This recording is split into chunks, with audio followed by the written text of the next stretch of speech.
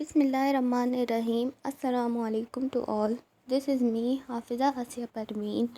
I started a course in which we discuss about the basic information about the computer. और ये इस series का इस course का पहला लेक्चर होगा. As you can see that हमारे सामने आउटलाइन ऑफ कोर्स जो है वो मौजूद है कि हम इस कोर्स में क्या क्या टॉपिक्स जो है वो डिस्कस करने वाले हैं. तो ये हमारे पास इंडेक्स जो है वो मौजूद है कि what is computer, basic computer operation, history of computer, classification of computer या components of computer, computer memory, processor, microprocessor, computers, network topology, introduction to database. ये सब चीज़ें हम one by one in series of lecture में जो है इंशाल्लाह discuss करेंगे. तो अब हम अपना कोर्स जो है वो स्टार्ट करेंगे. तो सबसे पहले हमें ये मालूम होना चाहिए कि व्हाट इज़ कंप्यूटर, कि कंप्यूटर है क्या. जो हमारे पास वर्ड कंप्यूटर है वो एक लैटिन लैंग्वेज का वर्ड है जिसकी मीनिंग है टू कैलकुलेट और टू एड अप समथिंग, यानी किसी चीज़ को जमा करना, आपस में एड अप करना. ठीक है. अब कंप्यूटर की डेफिनेशन को हम दो तरीके से जो है वो डिफ़ाइन कर सकते हैं. कि जो फर्स्ट वन है वो हम कह सकते हैं कि कंप्यूटर एक ऐसी मशीन है, मतलब जो भी उसको यूज़र जो है या इंस्ट्रक्टर जो है उसको ऑर्डर देगा वो उसको अपने डेटा के अकॉर्डिंग मैनिपुलेट करके और हमें एक डिज़ायरेबल आउटपुट जो है वो शो करेगी. ठीक है. या तो हम ये कह सकते हैं कि कंप्यूटर एक ऐसी प्रोग्रामिंग मशीन है जो कि हाई स्पीड पे मैथमेटिकल और लॉजिकल ऑपरेशंस को जो है वो परफॉर्म करती है. हम बात करते हैं एब्रीविएशन ऑफ कंप्यूटर की. जो वर्ड कंप्यूटर है जो सेल्फ कंटेन कर रहा है अल्फ़ाबेट, तो वो हमारे पास कोई ना कोई मकसद कंटेन कर रहे हैं. या वहीं कोई वर्ड जोड़ के कोई ना मशीन का नाम नहीं रख दिया. ठीक है. जो कंप्यूटर वर्ड है उसमें इट्सेल्फ जो COMPUTER का भी कोई ना कोई मकसद है, तभी उसे जो है ना एडअप करके इसका नाम रखा गया है. तो हमारे पास जो एब्रीविएशन ऑफ कंप्यूटर है जो मोस्ट कॉमनली यूज़ हो रही होती है, जो हमारे पास MCQs के फॉर्म में भी आ रही होती है, वो ये है कि commonly operating machine particularly use for technical educational research. यानी एक ऐसी कॉमन मशीन जो हर कोई यूज़ कर सकता है, लेकिन उसका एक पर्पज़ है. वो किस पर्पज़ के लिए यूज़ हो रही है? वो टेक्नोलॉजी पर्पज़ के लिए भी यूज़ हो सकती है, वो एजुकेशनल पर्पज़ के लिए भी यूज़ हो सकती है, और कोई रिसर्च पर्पज़ के लिए भी उसको हम इस्तेमाल कर सकते हैं.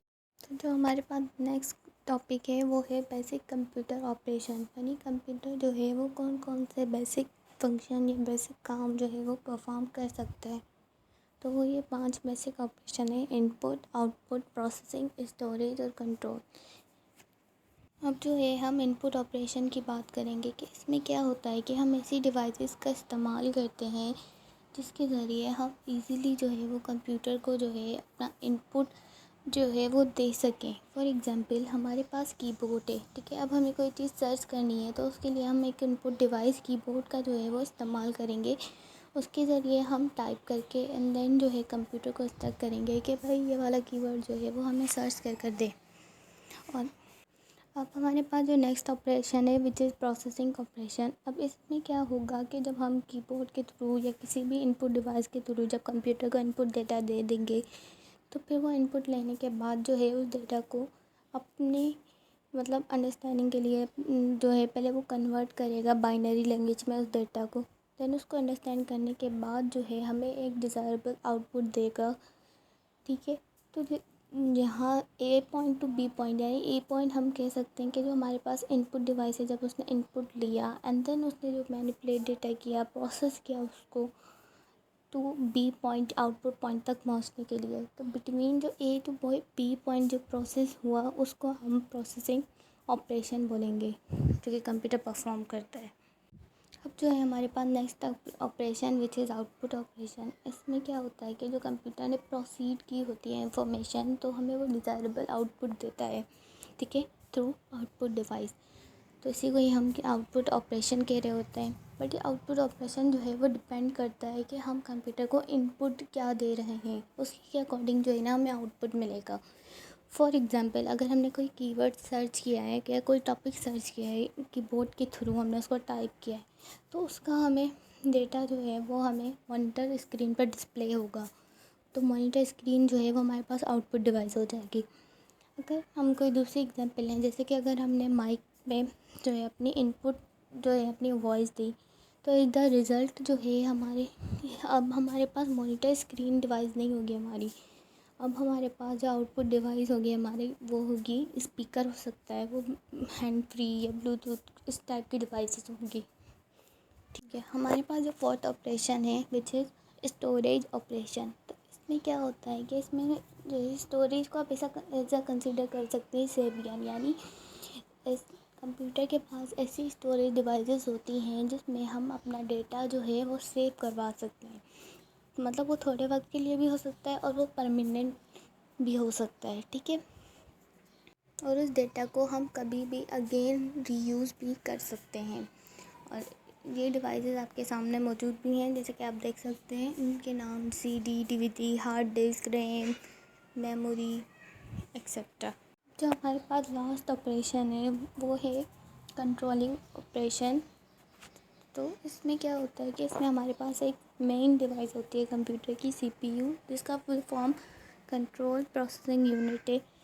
ये सीपीयू जो डिवाइस है ये कंट्रोल करता है all the activities done by computer. मतलब जितने भी फंक्शंस कंप्यूटर में हो रहे हैं डिफरेंट पार्ट्स में, उन सब को कंट्रोल करता है ये सीपीयू। दैट्स व्हाई इसको हम जो है ब्रेन ऑफ द कंप्यूटर भी कहते हैं।